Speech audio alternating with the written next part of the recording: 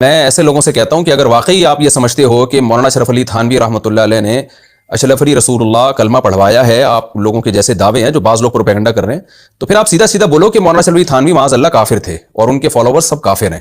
تعامل حرمین کتاب لکھی احمد بریلوی صاحب نے، علماء عرب سے سائن کروائے، کتاب کا نام رکھا حرمین کی تلوار، اور اس میں انہوں نے 5 لوگوں پہ کفر کے فتوے لگائے، ایک غلام احمد قادیانی دجال کے اوپر اور 4 علماء دیوبند پہ، اور کنکلوڈ کرتے ہوئے انہوں نے لکھا کہ ان تمام لوگوں کے کفر میں شک کرنے والا بھی کافر ہے، یعنی تمام فرقہ دیوبندیہ، چلیں قادیانی کو تو ہم کافر مانتے ہیں، باقیوں کی بات ہو رہی ہے، اور انہوں نے کہا یہ مرتد ہیں، یعنی واجب القتل۔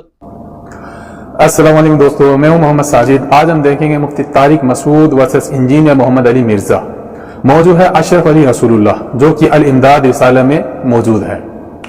بھونڈا اور جھوٹا لفظ ہے کہ حکیم الامت مولانا اشرف علی تھانوی رحمہ اللہ اپنے مریدوں کو اپنے نام کا کلمہ پڑھواتے تھے۔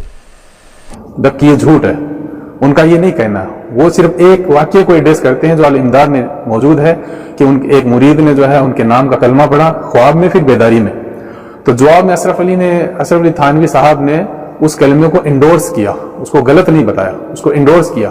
یہ مرزا صاحب کا کہنا ہے اور ہمارا بھی یہی کہنا ہے، نہ یہ کہ وہ ہمیشہ اپنے مریدوں کو جو ہے کلمہ پڑھایا کرتے تھے۔ تو بڑھتے ہیں ویڈیو کی طرف اور جاننے کی کوشش کرتے ہیں کہ کیا صحیح ہے اور کیا ہے غلط۔ تو چلیے شروع کرتے ہیں۔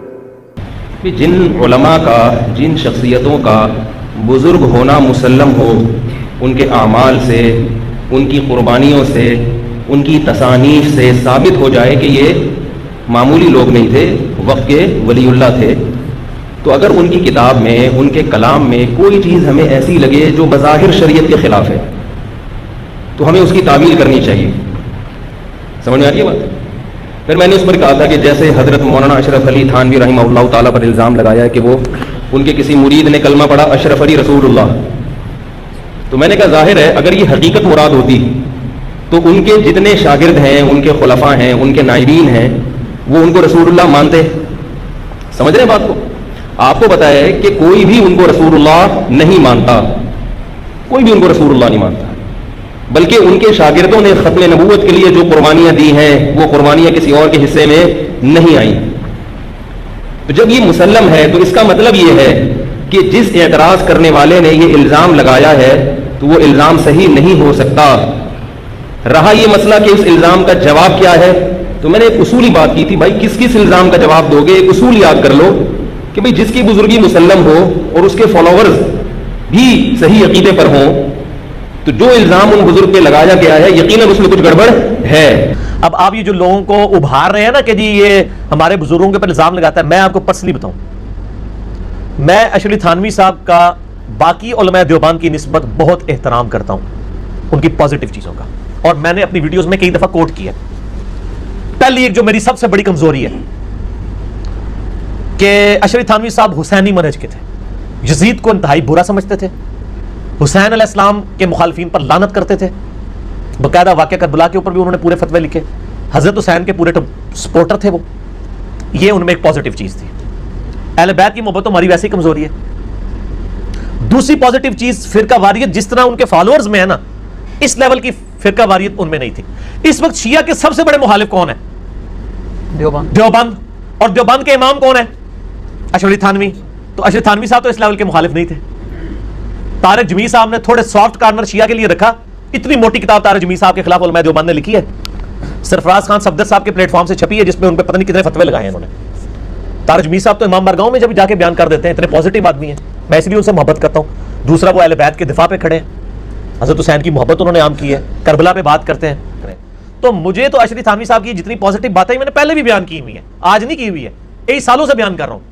اس کے باوجود جب نبی صلی اللہ علیہ وآلہ وسلم کی باری آئے گی تو قرآن میں واضح ہے، لا ترفعوا اصواتکم فوق صوت النبی، نبی علیہ السلام کی آواز سے اپنی آواز کو بلند نہ کرنا ورنہ تمہارے اعمال اکارت کیے جائیں گے اور تمہیں خبر بھی نہیں ہوگی۔ اور بخاری میں موجود ہے، یہ آیت حضرت ابو بکر و عمر کے بارے میں نازل ہوئی ہے رضی اللہ عنہما وعلیہم السلام، کہ وہ ایک مجلس میں آپس میں گفتگو کرتے ہوئے حضور سے آواز ان کی اونچی ہوگی، حضور سے نہیں گفتگو کر رہے تھے صلی اللہ علیہ وآلہ وسلم۔ تو نبی علیہ السلام کی سپورٹ میں اللہ نے آیت نازل کی کہ نبی کی موجودگی میں بھی آواز بلند کی، اعمال اکارت ہو جائیں گے۔ اس کے بعد بخاری کے الفاظ ہیں کہ حضرت عمر اتنا آہستہ بولتے تھے کہ نبی علیہ السلام کو آواز ہی نہیں آتی تھی، حضور کہتے تھے عمر تھوڑا اونچا بول۔ پھر قرآن میں ہے لا تقولوا راعنا وقولوا انظرنا، صحابہ کہتے تھے راعنا یا رسول اللہ صلی اللہ علیہ وآلہ وسلم، ہماری رعایت فرمائیے، یعنی ہمیں بات سمجھ نہیں ہے، اپنی بات کو ریپیٹ کریں۔ کافر اس کو بگاڑتے تھے، کہتے تھے رائینا. دیکھو صحابہ اپنے نبی کو کہتے ہیں اے ہمارے چرواہے، نعوذ باللہ، رائینا. تو اللہ تعالیٰ نے، اللہ کو پتا تھا کہ صحابہ اس نیت سے نہیں کہہ رہے، لیکن اللہ نے کہا یہ لفظ ہی چھوڑ دو کیونکہ میرے نبی کی شان کا معاملہ ہے. کہا لا تقولوا رائینا وقولوا انظرنا، تم کہا کرو یا رسول اللہ صلی اللہ علیہ وسلم انظرنا، ہمارا انتظار فرمائیے، ہم پہ نظر کرم فرمائیے، دوبارہ اپنی بات کو ریپیٹ کیجیے. یہ نبی صلی اللہ علیہ وآلہ وسلم کی عصمت کا معاملہ ہے. یہ جو کچھ واقعہ ہے نا، یہ واقعہ جو کچھ الامداد رسالے میں لکھا ہے، خواب کا اور اس کے بعد بیداری کا، پھر اس کی تعبیر. اگر یہ سمجھتے ہیں کہ حضرت عمر فاروق رضی اللہ تعالیٰ عنہ کے سامنے یہ رسالہ یہ کراچی کا مفتی بیٹھ کے پڑھ سکتا ہے اور وہ پھر سلامت رہ سکتا ہے تو ٹھیک ہے، اور اگر وہ یہ سمجھتا ہے کہ حضرت عمر کے سامنے نہیں پڑھ سکتا تو پھر خود ہی یہ اپنا محاسبہ خود کریں. ہم تو اس پہ بھی توبہ پیش کریں گے، پرانے بزرگوں پہ بھی، نیوں پہ بھی، چھاپنے والوں پہ بھی. ہمیں کسی کے ساتھ کوئی لینا دینا نہیں. ہم کہتے ہیں اگر آپ کے بزرگوں سے غلطی ہوئی، ان کا چہرہ سرخ ہو گیا تو آپ تھپڑ مار مار کے اپنا چہرہ کیوں سرخ کرتے ہیں؟ پھر میرے خلاف کلپ چڑھاتے ہیں جی وہ انجینئر جواب پی گیا، جواب نہیں دے رہا، اس کے اوپر مقدمہ کرو. یار میں جواب اس لیے نہیں دیتا کہ میں یہ توقع نہیں کر رہا تھا کہ آپ اس لیول پہ گر جائیں گے، آپ کلمے کے اوپر کمپرومائز کریں گے. میرا ایک مقصد اچیو ہو گیا کہ میں نے آپ کی پبلک کو بتانا تھا کہ یہ چیز آپ کی کتابوں میں لکھی ہوئی ہے، وہ آپ نے خود وہ کلپ ریکارڈ کروا کے مان لیا کہ لکھا ہوا ہے. ورنہ تو وہ کہتے ہیں خود ہی چھاپتا رہتا ہے، خود ہی کرتا رہتا ہے، یہ تو ہے ہی نہیں ہے. تو میں نے اپنا وہ مقصد اچیو کر لیا. اور نیچے آپ کمنٹس دیکھ لیں، لوگوں نے کمنٹس کیے ہوئے ہیں کہ جی علی تو صحیح پیٹتا سی کہ واقعی لکھے، ہم تو سمجھتے تھے علی ویسے ہی لگا رہتا ہے. تو میرا مقصد اچیو ہو گیا. جو جتنے جوابات دے رہے ہیں نا، مجھے مقصد اچیو ہو گیا الحمدللہ.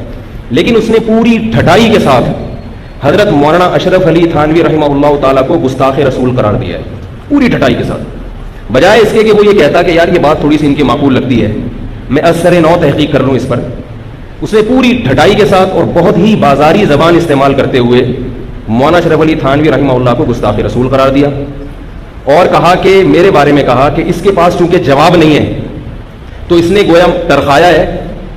اور پھر آگے اس کی تعبیر یہ ہے کہ اس نے اپنی قمیض تو اتاری بھی تھی یعنی لوگوں کے سامنے، اب اس نے اپنی شلوار بھی اتار دی ہے لوگوں کے سامنے، یعنی بالکل ہی ننگا ہو گیا ہے. پھر آگے ننگا کے لفظ استعمال، یعنی اس نے کہا کہ اس نے جو یہ دعویٰ کیا ہے نا کہ بزرگوں کی بات میں کوئی چیز اگر ہمیں غلط نظر آئے تو ہمیں اس کی تعویل کر لینی چاہیے، جواب تلاش کر لینا چاہیے. تو یہ کہہ کے گویا اس نے اپنی اور بے عزتی کر دی.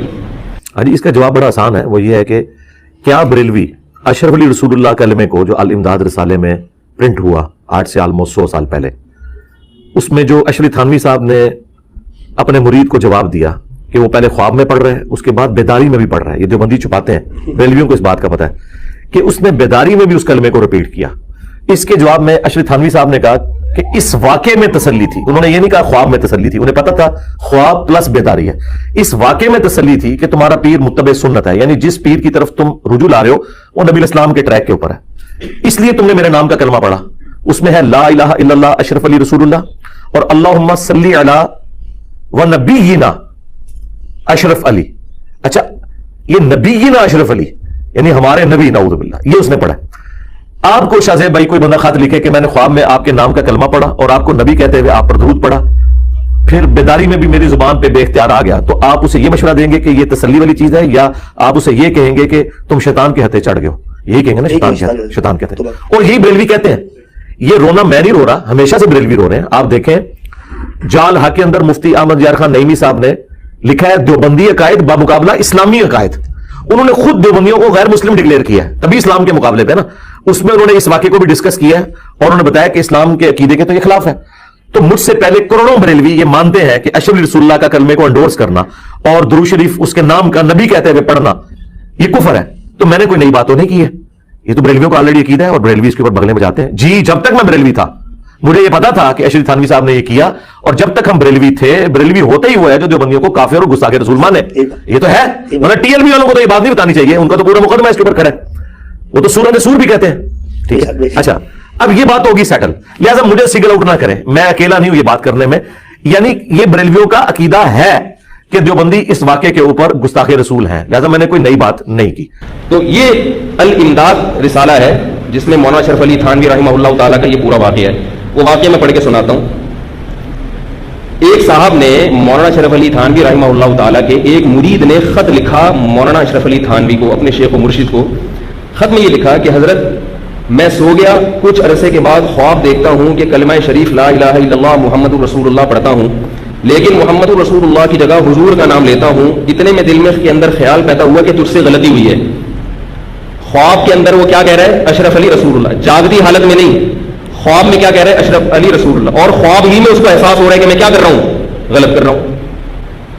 اچھا بھائی، اتنے میں دل کے اندر خیال پیدا ہوا کہ تجھ سے غلطی ہوئی، کلمہ شریف کے پڑھنے میں اس کو صحیح پڑھنا چاہیے. اس خیال سے دوبارہ کلمہ پڑھتا ہوں. دل پر یہ ہے کہ صحیح پڑھا جائے، لیکن زبان سے بے ساختہ. بے ساختہ کا مطلب کیا ہوا؟ نہ چاہتے ہوئے، اور وہ بھی خواب میں، نہ چاہتے ہوئے خواب میں بجائے رسول اللہ کے نام کے اشرف علی نکل جاتا ہے. جان کر نہیں نکل رہا، خواب میں نکل رہا ہے، اور خواب میں بھی اس کو احساس ہو رہا ہے. خواب کے اندر کس کو احساس ہوتا ہے کہ میں غلط کر رہا ہوں؟ اتنا نیک آدمی ہے کہ خواب میں احساس ہو رہا ہے کہ میں کیا کر رہا ہوں؟ غلط کر رہا ہوں. آگے چلو. حالانکہ میں اس لیے ان کی برات کر رہا ہوں کہ یہ سلسلہ رکنے والا نہیں ہے، اس نے کسی کو نہیں معاف کیا ہے. اور ابھی تو یہ کم از کم تابعین، حضرت معاویہ پہ بھی اس نے تہمتیں لگائی ہیں، اس کا بھی کسی وقت میں انشاءاللہ جواب دوں گا. ابھی تو چونکہ میرا کلپ حضرت مولانا اشرف علی تھانوی سے متعلق ہے نا، تو اس نے جواب بھی اسی کا دیا، اس لیے میں یہ بات کر رہا ہوں. ورنہ یہ جو آدمی حضرت معاویہ کو جس نے معاف نہ کیا، وہ صحابہ کو معاف نہ کیا، وہ ہمارے بزرگوں کو یا بر صغیر کے علماء کو بیچارہ کہاں معاف کرے گا؟ تو یہ سلسلہ ایک باقاعدہ لابی ہے. کل وہ مرے گا تو اس کی جو اولادیں ہوں گی وہ اس سے 2 ہاتھ آگے نکلیں گی. اس لیے میں اس موضوع کو اتنے حساس، اور میں نے پھر یوٹیوب پہ سرچ کیا، یہ الزامات تو بہت لوگوں نے لگائے ہیں. اشرف علی رسول اللہ، اشرف علی طوفان بدتمیزی ہے ہمارے بزرگوں کے خلاف. اور یہ ہمارے بزرگ نہیں، یہ لوگ کہتے ہیں اپنے بزرگ. بھائی بر صغیر کے بزرگ ہیں یہ وہ لوگ ہیں جنہوں نے بر صغیر میں اسلام کی حفاظت کے لیے ایڑی چوٹی کا زور لگایا. بر صغیر میں علم دین ختم ہو گیا تھا، ان کی قربانیاں ہیں. یہ صرف میرے بزرگ نہیں ہیں. یہ لوگ اگر نہ ہوتے انگریز کے مقابلے میں، علم کی یہ بنیادیں نہ رکھتے، آج ہمارا ایمان محفوظ نہیں ہو رہا تھا. اس کو مسلک پرستی سے آپ تعبیر نہ کریں. تو اب دیکھو، وہ شخص کہتا ہے زبان سے بے ساختہ بجائے رسول اللہ صلی اللہ علیہ وسلم کے نام کی اشرف علی نکل جاتا ہے. حالانکہ مجھے اس بات کا علم ہے کہ اس طرح درست نہیں. یہ پورے اسی کے الفاظ سے نقل کر رہا ہوں میں. لیکن بے اختیار زبان سے یہی کلمہ نکلتا ہے. 2-3 بار جب یہی صورت ہوئی تو حضور صلی اللہ علیہ وسلم کو اپنے سامنے دیکھتا ہوں. اور بھی چند شخص رسول اللہ صلی اللہ علیہ وسلم کے پاس تھے. لیکن اتنے میں میری یہ حالت ہو گئی کہ میں کھڑا کھڑا بوجہ اس کے کہ رقت طاری ہو گئی، زمین پر گر گیا. یعنی اس کو خواب میں اپنی غلطی کا ایسا احساس ہو رہا ہے کہ نبی میرے پاس تشریف لائے، میں کھڑا ہوا استقبال میں، مگر اس غم میں کہ میرے منہ سے کیا نکل رہا ہے. کیا وہ ختم نبوت کا منکر ہوتا تو یہ غم ہوتا اس کا؟ قادیانی جب کہتے ہیں کہ مرزا رسول اللہ ہے تو ان کے پسینے چھوٹتے ہیں، یہ خوشی سے اور باغ باغ ہو جاتے ہیں. تو یہ سب خواب کی باتیں ہیں. اور جاگتی حالت میں بھی اس کی زبان سے یہ کلمہ نکلا ہے، آگے آ رہا ہے. وہ بھی کہہ رہا ہے کہ میں نہیں چاہ رہا تھا، میری زبان لڑکھڑا رہی تھی. تو یہ اس کی علامت ہے کہ اس کا پریشان ہونا اس کی علامت ہے کہ وہ محمد صلی اللہ علیہ وسلم کو آخری نبی سمجھتا ہے، اور حضرت مولانا اشرف علی تھانوی کو اللہ کا رسول نہیں سمجھتا. اگر وہ سمجھتا ہوتا تو خوش ہوتا اس پر. اب میں اسی حوالے سے کنکلوڈ کرتا ہوں، پھر انشاءاللہ اگلی بار کریں گے. یہ لیپ ٹاپ میرے پاس بائی چانس کھلا ہوا ہے، اس کو آپ نے فرحان بھائی اس کو JPG نا اس میں ایڈ کر دینی ہے. اب میں اس کو ورڈ بائی ورڈ پڑھ کے سناتا ہوں، میں کامنٹس نہیں کروں گا. میں مفتی اور ان کے مقلدین سے کہوں گا کہ اس میں کہاں رجوع ثابت ہوا ہے ان کا. اور اس مفتی صاحب نے اس کلپ میں جھوٹ بھی بولے ہیں. وہ بھارت خود پڑھ رہے تھے، اور یار پہلے آپ کسی سے تیاری تو کر لیتے. میں مشورہ دیتا ہوں، آندہ آپ نے تیاری کرنی ہے تو الیاس گھمن صاحب کی شاگردی اختیار کریں. میں گزارش کرتا ہوں الیاس گھمن صاحب سب سے لائق آدمی ہیں. الیاس گھمن صاحب لائق آدمی نہیں کہ ان میں جو ہے نا ان میں سے وہ بہتر ہے.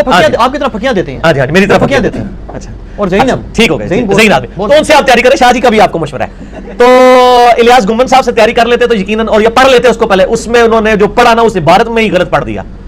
اس رسالے میں وہ حضور جو ہے نا وہ اپنے پیر صاحب اشرف تھانوی صاحب کو کہتا ہے مرید، اور یہ حضور صلی اللہ علیہ وسلم پڑھ رہا ہے. حضور صلی اللہ علیہ وسلم کو دیکھا تاکہ وہاں پہ رو پڑ جائے. حضور صلی اللہ علیہ وسلم کو جب دیکھ لیا اس بندے نے پھر تو مطلب خواب سچا ہو گیا. حالانکہ وہ حضور اس کو کہہ رہا ہے. اس بیچارے نے اتنی بھی تیاری نہیں کی ہوئی ہے، اور یہ مفتی ڈگری لے کے بیٹھے ہوئے ہیں. میں کہتا ہوں پہلے انجینئرنگ کی ڈگری لیں. جب اگر آپ نے کوئی کام کرنا، یہ کام انجینئرز کا ہے. ایسا عالم دین جو انجینئر بھی ہو، اور وہ بھی میکینیکل انجینئر میرے نال. ٹھیک ہے نا جی، کوئی اور انجینئر نہیں ہونا چاہیے. پیٹرولیم انجینئر نہیں یہ کام کر سکے گا، یہ میکینیکل کرے گا. اور مجھے وہ کہتے ہیں ایک بندے نے وہ میرے خلاف کلپ چڑھایا مرزا پلمبر، تو مجھے ایک بھائی نے نا ای میل کیا، وہ کہتا ہے یہ بالکل ٹھیک کہتا ہے، ان کی جتنی ٹوٹیاں لیک تھی نا تو ہاتھ سے جیسا رہ جائے ساری لیک بند کر دیتی ہے. ٹھیک ہے جی. تو کہتا ہے آپ فخریہ کیا کر رہے ہیں؟ میں نے کہا یار ہمیں تو کوئی اس سے فرق نہیں پڑتا، میری کوئی ڈگری ختم نہیں ہو جانی. میں نے جو آنر سے کیا، میں نے جو پوزیشن لی میکینیکل انجینئرنگ میں، وہ ختم نہیں ہو جانی ان کے کہنے سے. تو پلمبر بھی اگر کہنا چاہتے ہیں تو ٹھیک ہے. وہ پلمبر کی ٹوٹیاں تو تھوڑی کسیاں نے پلمبر نے.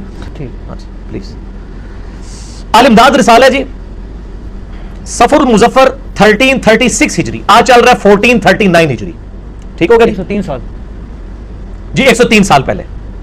اور یہ تھانہ بھون سے شائع ہوا ہے. یہ تھانہ بھون اس قصبے کا نام تھا، اسی وجہ سے تھانوی کہلاتے تھے. الامداد رسالہ.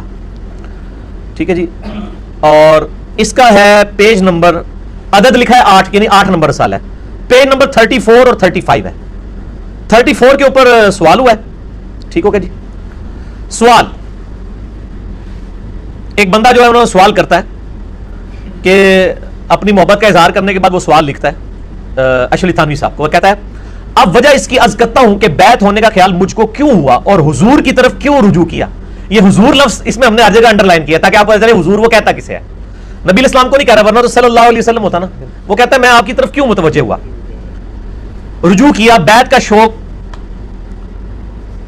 اور مطالعہ صرف مطالعہ کتب تصوف سے اور حضور کی جانب رجوع اس لیے کہ ہمارے نانا مولانا مولوی محمد صاحب مرحوم، مولانا مولوی عبداللہ صاحب مرحوم اور مولانا مولوی عبدالعزیز صاحب مرحوم لدھیانہ والوں سے حضور کے اعتقادات ملتے جلتے تھے. وہ کہتے ہیں چونکہ ہمارے بزرگوں سے آپ کے ملتے ہیں اس لیے میں نے آپ کو اپنا بزرگ مان لیا ہے.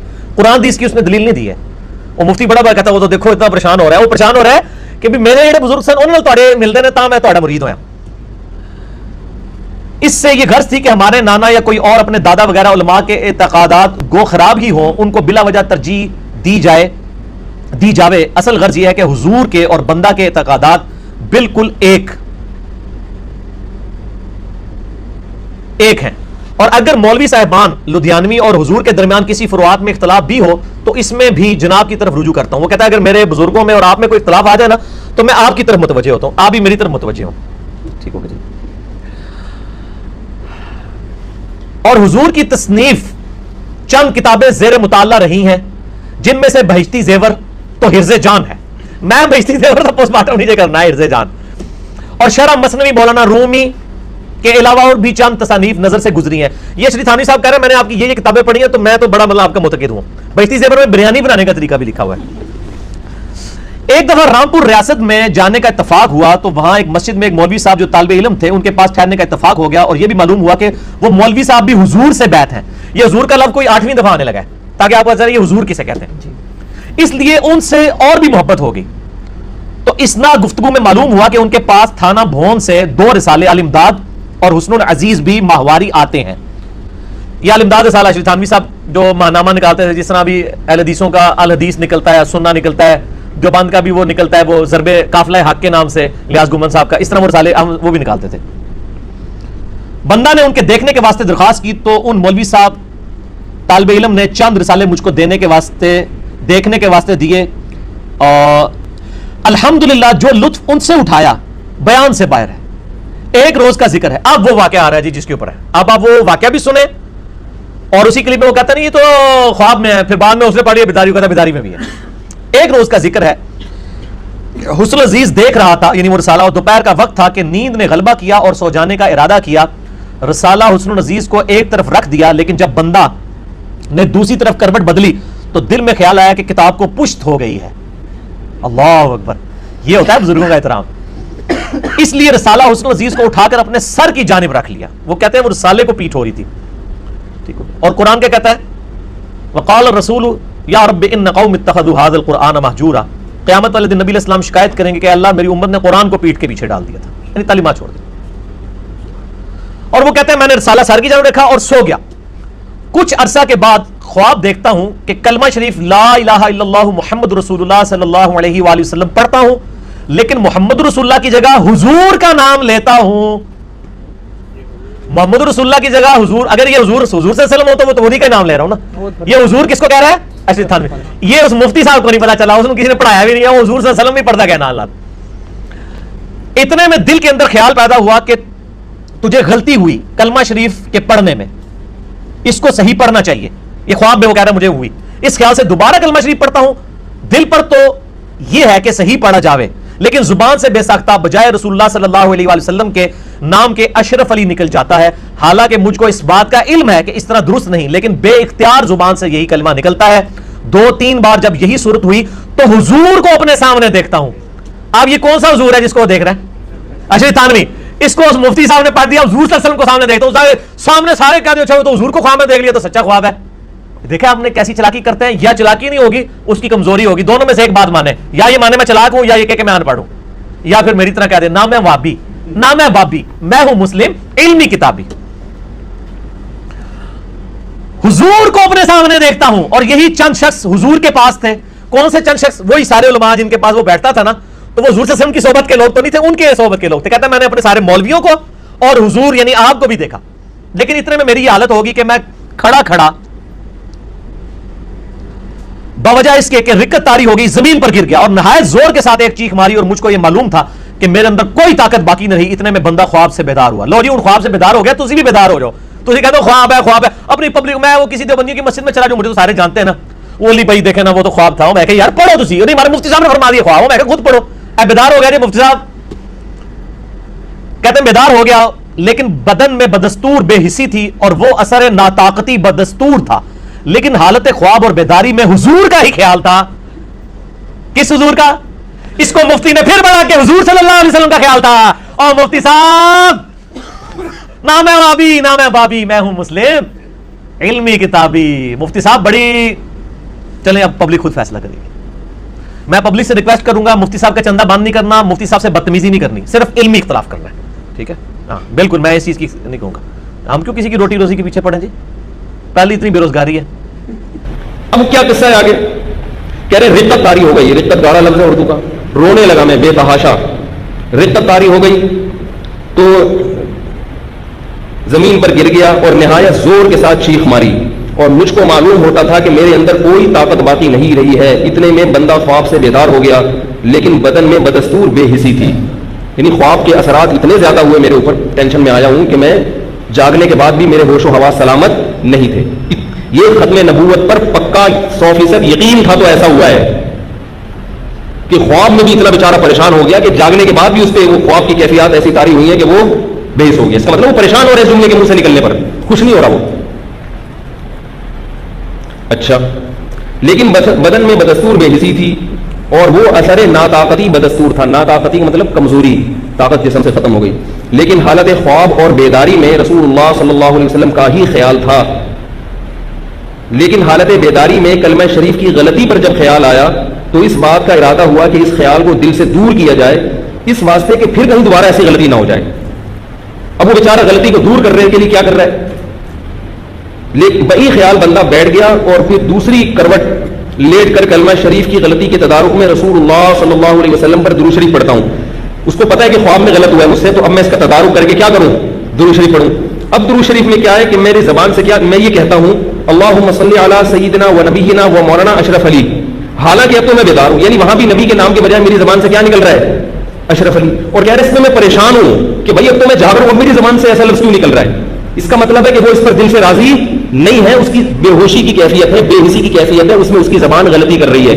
آگے اس کے الفاظ, لیکن بے اختیار ہوں, مجبور ہوں, زبان اپنے قابو میں نہیں ہے. بات آ رہی ہے سمجھ میں کہ یہ جو نبی کی جگہ اشرف علی کا نام نکلا, اس کے بارے میں کہہ رہے بے اختیار ہوں, مجبور ہوں, زبان اپنے قابو میں نہیں ہے. اس روز ایسا ہی کچھ خیال رہا تو دوسرے روز بیداری میں رقت رہی, خوب رویا کہ میرے منہ سے نہ چاہتے ہوئے بھی کیا الفاظ نکل رہے ہیں, اور بھی بہت سی وجوہات ہیں. اب دیکھو میری ایک بات سنو, ایک آدمی چیخ چیخ کے کہہ رہا ہو کہ حضرت خدا کی قسم, اللہ کی قسم, یہ جان بوجھ کر میری زبان سے نہیں نکل رہا, میں چاہ رہا ہوں کہ نہ نکلے مگر اشرف علی نکل رہا ہے میری زبان سے, مجبور ہوں, بے اختیار ہوں. اس کا عقیدہ اگر خراب ہوتا, وہ اگر کافر ہوتا, عقیدہ کس کی کیفیت کا نام ہے, دل کی. زبان دل کی عکاسی کرتی ہے, لیکن جب دل اختیار میں نہ ہو یا وہ خواب کی ٹینشن میں آیا ہو کہ یار میں نے کیا دیکھ لیا, اور اس ٹینشن کی وجہ سے اس کے اعصاب نے کام کرنا چھوڑ دیا, وہ بار بار چیخ رہا ہے کہ بے اختیار ہوں, مجبور ہوں, غلطی سے نکل رہا ہوں, پریشان ہوں. میں پریشان تھا تبھی تو آ کے بتا رہی میرے ساتھ کیا ہو گیا. اگر یہ کافر ہو جاتا, یہ لوگ کہتے ہیں کہ اس خواب پہ مولانا اشرف علی تھانوی جو خاموشی اختیار کی, تو معاذ اللہ وہ بھی گستاخ رسول تھے, کیونکہ گستاخی پہ خاموشی اختیار کرنا یہ بھی کیا ہے, گستاخی ہے. جب گستاخی تھی نہیں, جب اس کا یہ عمل کفر تھا ہی, گستاخی ہوگی تو کفر بھی ہوگا نا, جب اس کا یہ عمل کفر تھا ہی نہیں تو اس پہ خاموشی اختیار کرنا کہاں سے کفر ہو گیا. ایسا شخص میرے پاس بھی آئے گا, آپ کے پاس بھی آئے گا, آپ اس کو تسلی دیں گے, کیونکہ آپ اور ڈرائیں گے, تو نتیجہ کیا نکلے گا, اور زبان سے نکلے. کہتے ہیں جی وہ بندہ جس نے دیکھا نا, بیچارہ خواب دیکھ رہا تھا. نہیں جناب, اس کے آگے لکھا ہے میں بیداری میں بھی پڑھ رہا ہوں جی, اشرف علی رسول اللہ پڑھ رہا ہوں, اور اللہم صلی علی سیدنا و نبینا اشرف علی پڑھ رہا ہوں. وہ کہتے ہیں نہیں وہ اس کی زبان سے نا وہ نکل گیا, اس کا اختیار نہیں تھا. وہ کہہ رہا ہے میں بے اختیار ہوں. سر ہم نے آج تک اس بندے پہ اعتراض بھی کیا, ہم نے تو آپ کے بابے پہ اعتراض کیا ہے کہ جس کو اس نے خط لکھا اس نے بجائے اسے یہ کہنے کہ توبہ کیا تیرے شیطان چڑھے ہیں, یعنی مجھے اگر کوئی آپ میں سے کسی کو خط لکھے کہ حضرت میں آپ کے نام کا کلمہ پڑھ رہا ہوں, تو آپ کا کیا رسپانس ہوگا, توبہ کرو. اس نے جواب میں اشرف تھانوی نے کہا کہ اس واقعے میں تسلی تھی، واقعے میں خواب پلس بیداری، واقعے میں کہ جس کی طرف تم رجوع لاتے ہو، یعنی میں تمہارا پیر بیاون ہی تعالی، یعنی اللہ کی مدد سے متبع سنت ہے، یعنی تیرا پیر سنت پہ ہے، اس لیے تو نے پیر کے نام کا کلمہ پڑھا ہے۔ ہم اس بیچارے کو تو کہہ کچھ نہیں رہے، ہم بابی کو نہیں کہہ رہے، بابے کو کہہ رہے ہیں۔ وہ تو بابی تھا نا، بابی کا قصور نہیں ہے، بابے کو کہہ رہے ہیں۔ اب رہا یہ مسئلہ کہ کیا ایسا خواب کسی کو آئے، تو اب میں اس کو قرآن و سنت کی روشنی میں تھوڑا سا بتاتا ہوں کہ خواب میں جو چیز جیسی نظر آتی ہے حقیقت میں وہ ویسی نہیں ہوتی۔ حضرت ابو ہریرہ رضی اللہ تعالیٰ عنہ کی حدیث ہے صحیح مسلم میں، دیکھو بیڑیاں آپ کے پاؤں میں اگر پڑی ہوئی ہوں عام حالات میں، آپ اس سے پریشان ہو گئے یا خوش ہو گئے؟ پریشان ہو گئے۔ بیڑیاں کس کے پاؤں میں ہوتی ہیں؟ بولو نا بھائی، چور کے پاؤں میں ہوتی ہیں۔ بیڑیاں کس کے پاؤں میں ہوتی ہیں؟ چوروں کے پاؤں میں، جن کے جرائم ثابت ہوتے ہیں اکثر و بیشتر، کبھی بے گناہ کبھی ہوتی، اکثر و بیشتر کس کے پاؤں میں بیڑیاں ہوتی ہیں؟ چور کے۔ لیکن حضرت ابو ہریرہ کی حدیث ہے صحیح حدیث، وہ فرماتے ہیں کہ احب القید فی المنام، کہ میں خواب میں اپنے پاؤں میں بیڑیوں کو پسند کرتا ہوں۔ مجھے خواب آئے اور میرے پاؤں میں بیڑیاں ہوں تو یہ اچھا خواب ہے، برا خواب نہیں ہے۔ آگے شارحین نے لکھا ہے اس لیے برا خواب نہیں ہے کہ یہ اس کی علامت ہے کہ دین پر آپ کیا ہیں؟ ثابت قدم ہیں۔ بیڑیاں پڑی ہوئی ہیں، انشاءاللہ آپ ہلیں گے نہیں۔ اب دیکھو، اب میں کسی کے بارے میں خواب سناؤں کہ اس نے یہ دیکھا کہ میرے بارے میں کوئی خواب سنا ہے کہ مولانا طارق مسعود صاحب کے پاؤں میں بیڑیاں پڑی ہیں، میں نے خواب میں دیکھا، میں کہوں تو گستاخ ہے، میرے بیانات بھی سنتا ہے اور مجھ پہ تہمت لگا رہا ہے، بیڑیاں پڑی، خبر میں کوئی چور کا بچہ لگ رہا ہوں تیرے کو ہے بھائی، میں کوئی شکل سے تیرے کو چور نظر آتا ہوں، تو یہ میرے پاگل ہونے کی دلیل ہوگی، ٹھیک ہے، کہ خواب کی چیز کو میں حقیقت پر قیاس کر رہا ہوں، خواب کی باتوں کو میں جاگتی حالت پر قیاس کر رہا ہوں۔ خواب میں بڑی عجیب عجیب چیزیں ہوتی ہیں۔ ابن سیرین رحمہ اللہ کے دور میں کسی کو خواب آیا کہ میں نے دیکھا کہ میری چارپائی کے نیچے آگ لگ رہی ہے، تو انہوں نے بتایا کہ بھائی وہ کھودو نیچے خزانہ ہے، کھودا تو خزانہ تھا۔ انہوں نے کہا سردیوں میں آگ کا دیکھنا یہ کیا ہے؟ رحمت ہے اللہ کی۔ ایک واقعہ لکھا ہے واللہ عالم کی سند نہیں ہے تو چھوڑو، یہ کوئی ہمارا استدلال اس سے نہیں ہے، ٹھیک ہے، اور تاریخی واقعات کے لیے سند کا بہت زیادہ مضبوط ہونا بھی ضروری نہیں ہے۔ یہ بھی ایک بات ہے جو میں بھی بتاؤں گا، اس سے بھی لوگ پکڑتے ہیں یہ تاریخی واقعے کی سند صحیح، ہاں اس تاریخی واقعے سے کوئی شرعی مسئلہ ثابت ہو رہا ہو پھر اس کی سند کا صحیح ہونا ضروری ہے۔ اس کو بھی کچی پکڑ کے رکھیں، میں اس پر بھی مجھ پر الزامات لگیں، اس کا میں جواب دوں گا۔ تو میں یہ کر رہا تھا کہ پہلی بات یہ کہ خواب میں کی تعبیریں ہوتی ہیں۔ اگر خواب میں کسی نے دیکھ لیا کہ فلاں رسول اللہ، تو یہ اس کی علامت نہیں ہے کہ وہ ختم نبوت کا منکر ہے، وہ خواب ہے، اس پہ کیوں ڈانٹ لگا رہے ہو اس کو؟ ام الفضل رضی اللہ تعالی عنہا جو رسول اللہ صلی اللہ علیہ وسلم کی چچی تھی، ان کو خواب آیا، وہ ڈر گئی خواب میں، انہیں لگا کہ یہ گویا برا خواب دیکھا ہے میں نے۔ وہ نبی کے پاس آئیں، عرض کیا یا رسول اللہ میں نے ایک عجیب خواب دیکھا ہے، منکر یعنی گویا کہ برا خواب۔ کیا دیکھا؟ فرمایا میں نے دیکھا آپ کے جسم کا ایک ٹکڑا ٹوٹ کے میری جھولی میں آ کے گرا ہے۔ اب اس کو بھی گستاخی کہو گے، نبی کے جسم کے ٹکڑے کٹ رہے ہیں، ٹوٹ رہے ہیں، وضو ٹوٹ رہا ہے۔ عام حالت میں کسی کا وضو کٹ جائے، وضو ٹوٹ جائے، یہ اچھی بات ہے بری بات ہے؟ خواب میں جب یہ آئے اور وہ سمجھ رہی، انہوں نے عام حالت پہ قیاس کیا حضرت ام الفضل نے کہ بھئی عام حالت میں جب کسی کا بازو ٹوٹ جائے، گوشت کٹ جائے، تو یہ گوشت کا کٹنا، بازو کا ٹوٹنا یا کسی عضو کا الگ ہو جانا یہ اچھی خبر نہیں ہے۔ آپ کو فون آئے آپ کے بیٹے کا بازو کٹ گیا ہے تو آپ خوش ہو گئے یا رو گئے؟ اور معاذ اللہ نبی صلی اللہ علیہ وسلم کے بارے میں صحابہ کو ایسی خبر آتی تو بہت پریشان ہوتے۔ تو نبی صلی اللہ علیہ وسلم نے اس کو اچھا خواب قرار دیا اور فرمایا کہ میری بیٹی فاطمہ کے بچہ پیدا ہوگا جو تمہاری گود میں، تم اس کو اپنی گود میں لے کے بیٹھو گی۔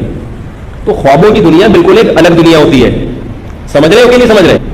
آگے میں ایک بات آپ سے کہہ کے یہ ختم کرتا ہوں۔ پھر مولانا اشرف علی تھانوی نے جب اس کو خواب کی تعبیر سنائی کہ بھئی اس میں اس طرف اشارہ ہے کہ تم جس سے تعلق کرنا چاہتے ہو وہ متبع سنت ہے۔ آگے مولانا علی تھانوی کی یہ تواضع ہے، وہ فرما رہے ہیں، میں ان کے الفاظ پڑھ کے سناتا ہوں۔ الامداد میں فرمایا باقی مجھ کو اس پر اصرار نہیں، یہ جو میں تعبیر کر رہا ہوں نا، مجھے اصرار نہیں اس پر کہ یہی تعبیر ہے۔ اگر یہ خواب وسوسہ شیطانی ہو یا کسی مرض دماغی سے ناشی ہو پیدا ہوا ہو اور اس کی تعبیر نہ ہو، یہ بھی ممکن ہے، یعنی عین ممکن ہے یہ خواب ہی جھوٹا ہو سرے سے، صرف شیطان کا ایک تصرف ہو تمہارے دماغ میں۔ سچا خواب ہے تو اس کی یہ تعبیر ہے، یہ تعبیر نہیں کہ میں اللہ کا رسول ہوں، یہ تعبیر ہے کہ مجھے سنت سے نسبت ہے۔ اور یہ بھی ممکن ہے کہ یہ شیطان کا تصرف، اگر وہ اس پہ راضی ہوتے تو یہ کہتے کہ شیطانی تصرف ہے۔ یہ سمجھ میں نہیں آ رہی؟ پولیس سے بھی ڈرنا چھوڑ دیا آپ لوگوں نے، بم کی بھی دھمکیاں دے چکا ہوں، ایٹم بم کی دھمکیاں دے چکا ہوں، اب کیا ہے یار، شب برات کے پٹاخے تو کام نہیں کریں گے۔ اب آگے کہہ رہے ہیں کہ لیکن غلط تعبیر دینا ایک وجدان کی غلطی ہوگی جس پر کوئی الزام نہیں ہو سکتا۔ کیا مطلب؟ کہہ رہے ہیں کہ ایک وجدان کی غلطی ہے، غلطی مان رہے ہیں غلطی ہے، یہ غلط ہوا ہے، تو تو یہ ساری چیزیں جو ہے نا یہ نکال کر ان لوگوں نے جو نکالی ہوئی ہیں یہ ان کی حیثیت یہ ہے. باقی خود حدیث میں یہ مضمون بہت ساری احادیث میں ہے کہ میری امت پہ خطا نسیان کو اللہ نے معاف کر دیا ہے. اور ربنا لا تؤاخذنا ان نسینا او اخطانا ہے نا, اللہ اگر ہم بھولے سے کوئی بات کہتے ہیں یا غلطی سے ہماری زبان سے کچھ نکل جائے تو ہمیں معاف کر دے. تو یہ ان کی غلطیوں کو پکڑنے کے لیے بیٹھے ہوئے ہیں. اور ایک بات خوب کان کھول کے سن رہو کہ جو اہل اللہ کو, اکابر کو اور بزرگان دین کو برا بھلا کہتا ہے اس کا اپنا انجام کبھی بھی اچھا نہیں ہوتا. یہ جناب پورا جواب ہے. اب اس مفتی نے جب آگے پڑھا تو اس نے آگے سے خود سے بھی کوئی لگایا ہوا ہے کہ اگر یہ میں نے صحیح تعبیر کی ہوگی تو وہ ٹھیک ہو, مطلب وہ میں نے اگر یہ شیطان کی طرف سے ہوگا تو ٹھیک ہے, شیطان کی طرف سے ہوگا, اگر صحیح تعبیر کی ہوگی تو وہ اس کا ثواب ملے گا, اگر مجھ سے غلط ہو گئی ہے تو یہ وہ خود سے جملے بنا رہا ہے, حالانکہ اس میں کہیں نہیں لکھے ہوئے ہیں. یہ ہم ایچ ڈی چڑھائیں گے, پھر ہم ان کے پبلک سے کہیں گے. ہم آپ پہ دعوت توبہ اور اصلاح پیش کر رہے ہیں, ہم کوئی تکفیر نہیں کر رہے, علمی کتابی باتیں کر رہے ہیں.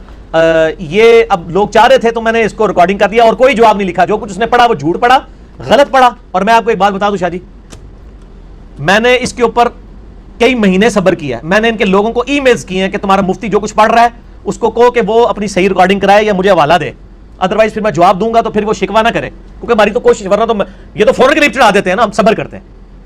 ٹھیک ہے, میں نے پورا صبر کیا, حوالے لکھے, کوئی جواب نہیں آیا. جواب یہ آتا ہے مفتی صاحب فلاں جگہ گئے ہیں, پوچھیں گے کریں گے. ان کو یہ پتہ چل گیا تھا کہ مفتی صاحب سے مس ہینڈل ہوا ہے مسئلہ. اب بھی ہم ان پہ دعوت توبہ اور اصلاح پیش کرتے ہیں اور اینڈ پہ ان سے کہتے ہیں کہ آپ کتاب و سنت کے منہج پہ آئیں.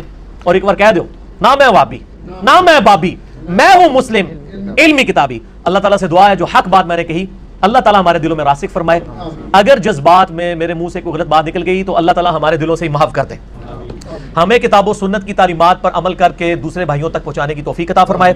سبحانک اللہم و بحمدک, اشہد ان لا الہ الا انت استغفرک و اتوب الیک. ایک دفعہ دروشی پڑھیں جی, چونکہ اب یہ دوسرے والا درود پڑھا تو صحیح والا بھی پڑھو.